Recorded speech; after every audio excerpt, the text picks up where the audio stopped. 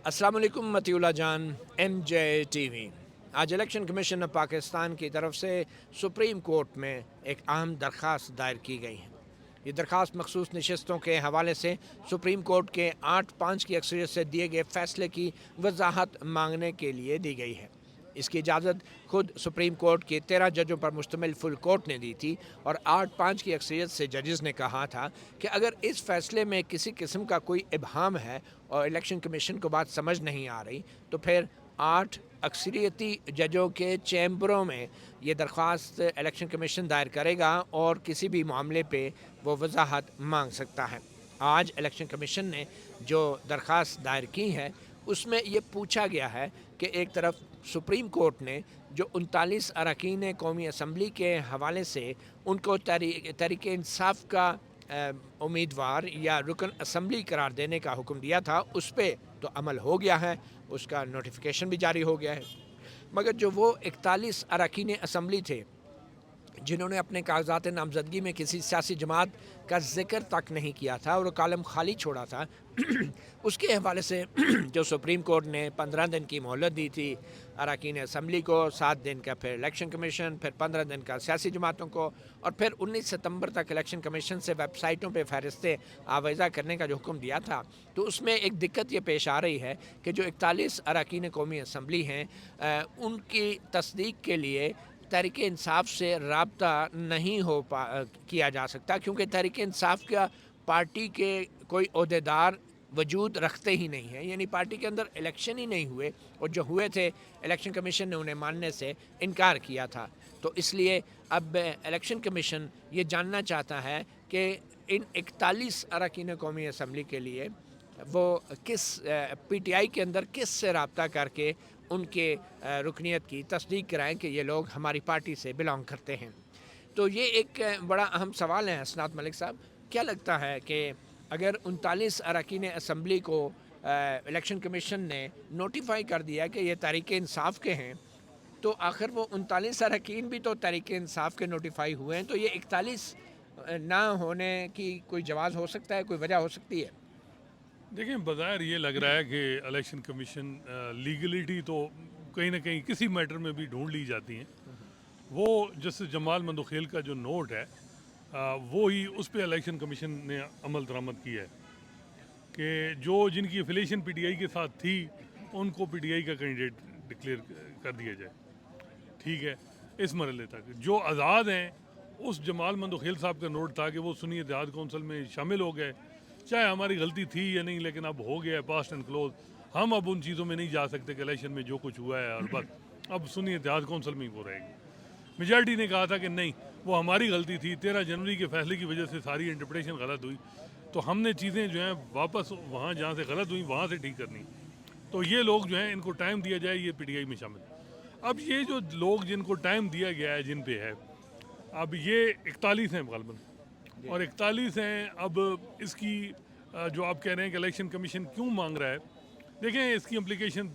अगर जमाल मंदोखेल साहब का नोट जो है, जो मेजॉरिटी जजेस का और उनमें डिफरेंस, वो ये है कि आप इस चीज़ को फिर आप कहेंगे मैं ये कॉन्स्टिट्यूशन अमेंडमेंट के साथ लिंकअप है।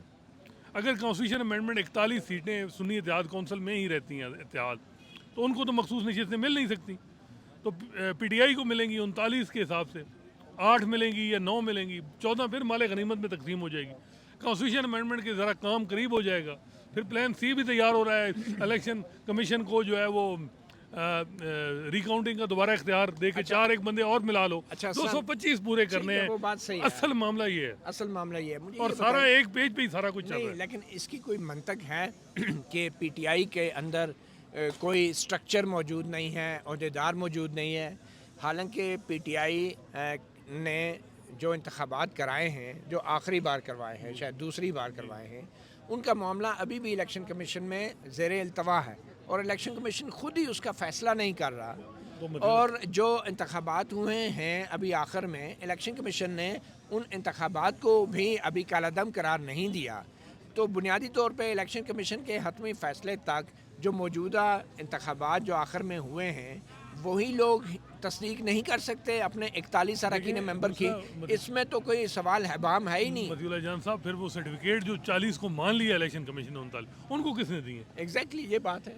वो भी तो फिर ऐसे ही है ना, और नहीं, उनके जो कागजात नामजदगी में उनके तस्दीक लिए की तो गई जरूरी थी, था वो कि जो चेयरमैन का जरूरी था कि वो भी तो इन बैरिस्टर गौहर ने ही तस्दीक वही किए ना, थे। ब्रेसर गौर अगर नहीं है तो इसमें क्या है। देखें, ये कोशिश तो यही है, लीगली इसमें कोई जान नहीं है। सबसे मुश्किल मरहला था वो जो इलेक्शन कमीशन ने पूरा कर लिया, पीटीआई को मान लिया है और उनके 39 बंदे शामिल करके पार्लिमानी पार्टी बना दी है अच्छा, आपके ख्याल में अब क्या जवाब हो सकता है, मुमकिन जवाब क्या हो सकता है? मेरी राय में तो मेरे ख्याल में जब 8 जजेस के सामने ये दरख्वास्त जाएगी चैम्बर्स के अंदर, तो जो पहला सवाल वही होगा कि जिन लोगों ने 39 अरकान असम्बली की तस्दीक की थी, वो खुद एफिडेविट दे रहे हैं। वही लोग जो हैं अब उनकी तस्दीक कर देंगे। और ये तो हो ही नहीं सकता कि किसी पार्टी में अगर इलेक्शन किसी वजह से भी ताख़ीर का शिकार हो जाएं तो उनका कोई इंटरम अरेंजमेंट ना हो। तो ये तो इंटरम अरेंजमेंट जो भी अवेलेबल है आप उससे ले सकते हो। दूसरी बात, पीटीआई पार्लिमानी पार्टी भी बन गई है। अब जो 39 पार्लिमानी पार्टी के अरकान हैं, तो जो पार्लिमानी पार्टी है या उनका लीडर है, क्या वो बाकी 40-41 के लिए वो इलेक्शन कमीशन उनसे तायद नहीं हासिल कर सकता? वो भी तो पार्लिमानी लेकिन पार्टी की बात तो यह है कि हैसियत वो है। तो 40-41 अपने एफिडेविट दे रहे हैं कि हमें पीटीआई का मैंडेट है, हम पीटीआई से जीते हैं। सुन्नी आजाद काउंसिल के सरबराह भी जो है वो पीटीआई के मैंडेट से जीते हैं। अब इसमें कौन सी हरज? असल मामला आप समझ रहे हैं, मैं भी समझ रहा हूँ, वो और आईनी तरमीम का। पूरी दुनिया समझ रही है। ये बेखुदी यूं बेसबब नहीं है गालिब। इसके पीछे जो ये सारा कुछ समा है वो कॉन्स्टिट्यूशन अमेंडमेंट, उसके पीछे एक जुडिशल पैकेज है, जुडिशल पैकेज के पीछे एक प्लान है जिसको 8 जजेस ने जो है वो बिल्कुल वो उन्होंने इंटरसेप्ट कर लिया और उन्होंने कहा जी नहीं, ये काम नहीं हो सकता। अच्छा, जो है आप ये कहना चाह रहे हैं कि इस वक्त इलेक्शन कमीशन जो है वो चालाकी कर रहा है और बजाय 8 जजों के फैसले पे अमल दरामद करने के वो जो 2 जजों का फैसला है, वो चीफ वही जस्टिस बात है, काजी काजी फाइज साहब साहब, का। जस्टिस जमाल मंदोखेल जी। का, वो उसके ऊपर अमल दरामद करने जी की बिल्कुल कोशिश बिल्कुल वही हो रहा है। असल में वो बड़ा जो जमाल साहब का नोट था, वो 8 जजेस देखे ना, उसमें सिर्फ जो 5वें और 6ठे पैराग्राफ में समझ आता है कि मसला कुछ और है। वो इलेक्शन कमीशन को इख्तियार मिल रहा था। और ये मैंने आपको बताया था कि पहले JUIF से मामलात हुकूमत के चल रहे थे कि कॉन्स्टिट्यूशन अमेंडमेंट 216 बनते हैं मेंबर JUIF के साथ मिला के, सिर्फ 9 चाहिए। रिकाउंटिंग का मामला काई साहब के सामने ज़ेर गौर है, जिसमें वो कांजू साहब और वो लोग जो इलेक्शन कमीशन ने रिटर्न कैंडिडेट डिक्लेयर कर दिया था, दोबारा अगर वो इलेक्शन कमीशन का फैसला सुप्रीम कोर्ट अब हेड करती है, 4 और शामिल हो जाएंगे, 4-5 वो किसी न किसी तरह जो है वो चीज़ें पूरी हो जाएंगी। 63 डे की रिव्यू की जल्दी क्यों है? तो ये सारा कुछ जो है ये कॉन्स्टिट्यूशन अमेंडमेंट का, जब तक ये मामला इसी के साथ जजेस का ये मेजॉरिटी जजमेंट को देखा जाए इस कंटेक्स में, इसी कंटेक्स में इलेक्शन कमीशन की इंटरप्रिटेशन को देखा जाए, इसी कंटेक्स में जमाल मंदोखेल साहब का नोट देखा जाए, इसी कंटेक्स में सारा कुछ इस वक्त जो चल रहा है वो सिर्फ जुडिशल पैकेज और कॉन्स्टिट्यूशन अमेंडमेंट। अच्छा, आखिर में एक और सवाल जहन में उठता है कि इलेक्शन कमीशन जितनी भी चालाकियां कर ले, अपनी तरफ से अय्यारियां कर ले, मगर बात यह है कि सुप्रीम कोर्ट के ऑर्डर के मुताबिक पीटीआई बतौर सियासी जमात उसका वजूद भी है, उसने इलेक्शन भी लड़ा है और उसके 39 अरकान कौमी असम्बली इस वक्त पार्लियामेंट में मौजूद हैं। तो फिर ये कहना कि पीटीआई के अंदर कोई ओहदेदार नहीं है, ये नहीं है, वो नहीं है, ये तो मेरे ख्याल में कीड़े निकालने वाली देखिए, वो बात। तो आप काजी साहब भी बता सकते हैं, क्योंकि उन्होंने और जैसे जमाल ने भी कहा कि पीटीआई इंटाइटल है और जिन लोगों ने एफिलेशन दायर की हो वो उनको पीटीआई का कैंडिडेट डिक्लेयर करे। अगर वहाँ एफिलेशन के लिए उन्होंने कहीं से सर्टिफिकेट तो लिया होगा, वो किससे लिया था? वो सबसे मुश्किल मरला इलेक्शन कमीशन ने हल कर दिया पीटीआई का। ये अगला मामला तो है ही नहीं। ये जो है असल चीज़ें मखसूस नशिस्तों के साथ लिंकअप है वो मामला, इस वजह से कोशिश है कि इसको सुन्नी इत्तेहाद कौंसिल में शामिल किया जाए। बहरहाल जो वजाहत पहले नहीं आई, शायद एक जुमले की वजाहत अब आ जाए, और मेरे ख्याल में पहले भी कर देनी चाहिए थी, क्योंकि ये सवाल जो है या तो इलेक्शन कमीशन ने दलाइल के दौरान जानबूझ के नहीं उठाया और वो इसी वक्त के लिए महफूज रखा हुआ था। मगर 8 जजों को चाहिए कि वो ये क्लियर कर दें कि पीटीआई के अंदर कौन सा बंदा है, कौन सा अहदेदार है जो जिससे ये सर्टिफिकेट हासिल किया जा सकता है। समझता हूँ मदिउल्लाह जान साहब, जब तक जनवरी 13 के क्वेश्चन उस फैसले को क्वेश्चन नहीं किया जाएगा, रीजनिंग पे सवाल आएंगे। इंटरप्रिटेशन किस चीज़ की गलत है? आप मुझे बताएं, इंटरप्रिटेशन किस चीज़ की? इलेक्शन कमीशन ने, मैं समझता हूँ, जो अदालत की मंशा थी उसके मुताबिक काम किया। अगर अदालत की मंशा ना होती, एक पार्टी वाइप आउट एलिमिनेट हो रही थी और रिव्यू भी आ चुका था, क्यों नहीं लगाया अदालत ने? अदालत की मंशा ही ये थी कि पीटीआई जो है वो आज़ाद ही और इनको इसी तरह ही रहा जाए। ये तो लोगों का अंदाज़ा अदालत को नहीं था कि 8 फरवरी को क्या हो जाएगा। फिर उसके बाद अब जो है ये जो कहना कि इंटरप्रिटेशन ठीक नहीं है, ये वैसे मैं समझता हूँ ये गलत है। अच्छा, दूसरी बात ये है कि इलेक्शन कमीशन खुद ही पीटीआई के इंट्रा पार्टी इलेक्शन का फैसला कर नहीं रहा और फिर कहता है चूंकि उसका फैसला नहीं हुआ इसलिए पार्टी का स्ट्रक्चर मौजूद नहीं है। 23 जुलाई को हेयरिंग लगाई थी इलेक्शन कमीशन ने पीटीआई के इंट्रा पार्टी इलेक्शन की, उसमें भी कोई पेशरफ्त नहीं हुई, उसमें भी तारीख पड़ गई है। तो पहली बात तो यह है कि इलेक्शन कमीशन को सुप्रीम कोर्ट एक हफ्ते की मोहलत दे सकती है कि ठीक है फिर आप एक हफ्ते में फ़ैसला करें, अगर आपने जल्दी करना है तो एक हफ्ते में उसका फ़ैसला करें। अगर वो मसला बना हुआ है कि पार्टी स्ट्रक्चर नहीं है तो स्ट्रक्चर तो आपकी वजह से नहीं है कि आप फैसला नहीं कर पा रहे हैं उनके आखिरी ये इलेक्शन। मैं कह रहा हूँ ये पिक्यूलियर सर्कमस्टांसेस एंड फैक्ट्स का जिक्र था, एक लाइन जो जमाल साहब के नोट में नहीं है, उस एक लाइन की इंटरप्रिटेशन जो उसको एलिबरेट करना पड़ेगा मेजॉरिटी जजमेंट को कि कौन से फैक्ट्स थे, सर्कमस्टांसेस थे जिसमें इलेक्शन कमीशन एक्ट कर रहा था, किस तरह चीज़ें चल रही थी, तो वो चीज़ें आ जाएंगी सारी कुछ इलेक्शन कमीशन वो अब तफसीली फैसला भी जल्दी आ जाना चाहिए और जो इलेक्शन कमीशन है उसको भी इंटर पार्टी इलेक्शंस के हवाले से एक डेडलाइन देनी चाहिए कि आप भी इसका जल्द से जल्द फैसला करें। और इन द मीन टाइम एक अबूरी हुक्मनामा जो है इलेक्शन कमीशन जारी कर सकता है कि जब तक हम इसका हतमी फैसला नहीं करते, पीटीआई के जो आखिरी इलेक्शन में क़यादत मुंतखब हुई है अबूरी तौर पे वही पीटीआई और सियासी जमात के मामलात को चलाएगी, क्योंकि सुप्रीम कोर्ट ने पीटीआई को एक जमात करार दे दिया है और उसके 11 जजेस ने किया है। जी 11 जजेस ने किया है। तो फिर यह कहना कि अब उसका अहदेदार नहीं मिल रहा कि मोहर किसने लगानी है, तो काई साहब से पूछ लेनी चाहिए। मतलब कि पीटीआई को इंटाइटल कैसे आपने पार्लियामानी पार्टी माना जब उनकी स्ट्रक्चर नहीं था? आप कह रहे हैं कि उनको सीटें भी दे दें, तो फिर वो उनसे पूछ ले, वो तो मौजूद है सुप्रीम कोर्ट में। कायल साहब भी अपने किसी पसंद के पीटीआई के बंदे का नॉमिनेट कर सकते हैं कि वो सर्टिफिकेट करेगा। बट एनीवे दूसरा मामला ये कि इन मखसूस नशस्तों की वजह से चीफ जस्टिस काजी फाजीसा और जस्टिस अतम अल्लाह के दरमियान बज़ाहिर बड़ी सख्त किस्म की एक तलखी पैदा हुई है और वो तलखी जो है इस मुकदमे के अलावा भी अब हमें नज़र आ रही है। एक फ़ैसला हाल ही में आया है, जस्टिस अतम अल्लाह का लिखा हुआ फ़ैसला जारी हुआ है जिससे चीफ जस्टिस काजी फाजीसा और जस्टिस अमीनुद्दीन खान ने इत्तफाक तो किया है मगर एक पैराग्राफ में वो लिखते हैं कि जस्टिस अतम अल्लाह ने ये फ़ैसला बहुत ताख़ीर से दिया और उस ताख़ीर के हवाले से जो नोट लिखा गया है उस नोट पे जस्टिस अमीनुद्दीन खान और जस्टिस काजी फाजीसा दोनों के दस्तखत हैं, यानी एक अक्सरियती नोट है, 3 जजों का ये जजमेंट थी। तो वो मसला क्या हुआ है, एक तो वो इख्तलाफ उन्होंने किया है कि जनाब जस्टिस अतम अल्लाह ने ये कहीं कह दिया फ़ैसले में, ये कोई टैक्स का मैटर था मेरे ख्याल में, और उसमें कह दिया कि सिंध हाई कोर्ट का जो फ़ैसला है ये एक्ट किस चीज़ का ये था, एक्साइज ड्यूटी के हवाले से जो एक्ट इसकी वायरस चैलेंज की थी, उसमें अतम अल्लाह ने कहा कि एक हाई कोर्ट का फ़ैसला दूसरी हाई कोर्ट उसकी पाबंद है दूसरी हाई कोर्ट के फैसले की, मगर वो इसलिए कि सुप्रीम कोर्ट ने एक हाई कोर्ट के फैसले को अपहेल किया था। वो वर्डिंग गलत है। मैं मतलब है अगर कोई मैं समझाऊँ वो पूरा पैराग्राफ जो मैंने अतर मिनल्ला साहब का पढ़ा है, काई साहब ने तो आधा लिखा है ना कि वो अब वो उसमें वो चीज़ है कि हाई कोर्ट का जजमेंट दूसरे हाई कोर्ट पे नहीं है और हाई कोर्ट की फाइनलिटी किसने की है? हाई कोर्ट किसी लाहौर हाई कोर्ट के फैसले की फाइनलिटी किसने अपहेल्ड की है?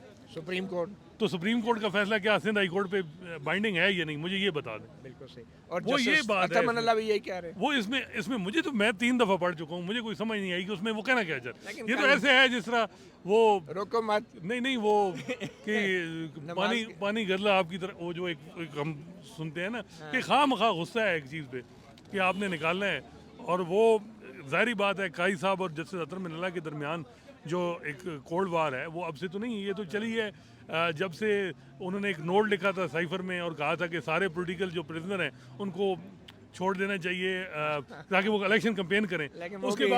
उसके बाद जो जब 6 जजेस ने ख़त लिखा, उस ख़त के बाद देखें जो जस्टिस अतर मिनल्ला और उनका आमने सामने जो बेंच के दौरान जो बातें हुई और फिर बेंच के बाहर और फिर जिलानी साहब जो रिक्यूज़ कर गए, काई साहब ज़ाहिर बात है वो तो नहीं चाह रहे थे कि 100 मोटो लें, वो तो चाह रहे थे कि तसद्दुक़ हुसैन जिलानी उसको 100 मोटो लेके उस मामले को करें। अब जिलानी साहब को रिक्यूज़ हो गए, वो कहते हैं दबाव में किया या जो भी किया। उसके बाद आप देखते हैं कि वो मामला चलता है, फिर लाइव स्ट्रीमिंग का मामला कि इमरान खान को लाइव स्ट्रीमिंग जो है वो अलाउ उसके नैब लॉ अमेंडमेंट में पहले ये था कि इमरान खान को साथ उनको सुनना चाहिए, नहीं अतर साहब ने कहा जी नहीं सुनना चाहिए, काई साहब ने कहा नहीं, वो फिर गए मुशावरत हुई कि ठीक है जी इमरान खान अडयाला जेल से जो है वो वीडियो लिंक के ज़रिए जो है ज्वाइन करेंगे। जब आया कि जी लाइव स्ट्रीमिंग होनी चाहिए इस केस की, उसमें 4-1 से फैसला, 55 मिनट मुशावरत हुई। तो ये लंबी दास्तान है 6-7 महीने की जो। और ये मुझे बताएंगे जाते जाते ये कहीं मामला ज़्यादा बिगड़ ना जाए चीफ जस्टिस काजी फाइसा और जस्टिस अतम अल्लाह के दरमियान, ज़्यादा से ज़्यादा क्या हो सकता है? देखिए कुछ नहीं हो सकता, अब क्या इन चीज़ों में क्या होगा वो, लेकिन बात यह है कि हिसाब दोनों एक दूसरे का नहीं रख रहे। उन्होंने कोई फैसल वाडा के मामले में जब कंटेम्प्ट नोटिस लिया तो उन्होंने कहा जी मैं ज़ाती तौर पे तो कुछ नहीं करता, लेकिन जब जज साहब ने कह दिया तो इंप्रेशन ये गया कि कहीं अतर साहब ने उन्होंने नोट लिखा कि जी क्लैरिफाई किया कि मैंने नहीं कहा। तो अब भी ज़ाहिर बात है वो कहेंगे कि नैब लॉ अमेंडमेंट की जजमेंट पेंडिंग है, तकरीबन 6 जून से रिजर्व है और 190 मिलियन पाउंड का ट्रायल चल रहा है इमरान खान का। पहले ही इंप्रेशन अदालत का ये है कि अदालत कहीं कंप्लिसिट ना बन जाए, तो हमें जजमेंट जल्दी अनाउंस करनी चलनी चाहिए नैब लॉ अमेंडमेंट की, कहीं वो नोट ये ना लिख दें। फौजी अदालतों में सिविलियन ट्रायल के हवाले से वो कहेंगे स्पेशल बेंचेस, लार्जर बेंचेस में सीनियरिटी पे सारे जज शामिल हैं, मुझे क्यों नहीं ऐड, मुझे क्यों निकाला, वो ये भी पूछ सकते हैं। अच्छा नहीं, ये बताइए जो आखिरी फैसला है इसमें एक गिला ये भी किया है चीफ जस्टिस काजी फाइसा और जस्टिस अमीनुद्दीन खान ने कि जस्टिस अतम अल्लाह ने बहुत ताख़ीर से फैसला लिखा है। देखें ताख़ीर से बिल्कुल बात बिल्कुल ठीक है कि ताख़ीर से नहीं आने चाहिए फैसले। इस पे अतर मिलाद साहब को एक्सप्लेन में भी वो करें कि क्या वजह है। लेकिन एक बात यह है कि जब रिज़र्व सीट का केस का मामला था तो जस्टिस काजी फैसा ने मुशावरत के लिए मीटिंग बुला ली थी। इस केस के लिए जो 6 महीने ताख़ीर हो रहा था, मीटिंग बुलानी चाहिए थी कि क्यों ताख़ीर कर रहे हैं आप, पूछना चाहिए था। उस वक्त आप जजेस को बुला के मीटिंग कर रहे थे, तो अब भी बुला लेते काजी साहब अतर साहब को कि जी क्यों, क्या मसला क्या है, अब क्यों नहीं अनाउंस कर रहे। वैसे माजी में हम देखते हैं कि मुशीर आलम साहब ने 3-3 साल और लगाए जब जजमेंट, वो सैक्ट एम्प्लाइज का केस हो, बंदयाल साहब की सैकड़ों की तादाद में जजमेंट ऐसी आई हैं। तो ये जजमेंट जो है ये 4-5 महीने तो एक ज़्यादा नहीं होना चाहिए, लेकिन कोई ऐसा नहीं है। बस मसला ये है कि गुस्सा, फ्रस्ट्रेशन वो दोनों तरफ से बढ़ेगी तो फिर ये इस तरह की चीज़ें होंगी, फिर इस तरह की चीज़ें होंगी और अभी शायद बहुत सारी चीज़ें होंगी। तफसीली फैसले का सबको इंतज़ार है और मेरे ख्याल में तफसीली फैसला मखसूस नशस्तों के हवाले से जो आना है उसमें इलेक्शन कमीशन के भी बहुत सारे शकूक व शुबात दूर हो जाएंगे। मतीउल्लाह जान और हसनात मलिक को MJ TV से इजाज़त दीजिए। अल्लाह हाफिज़।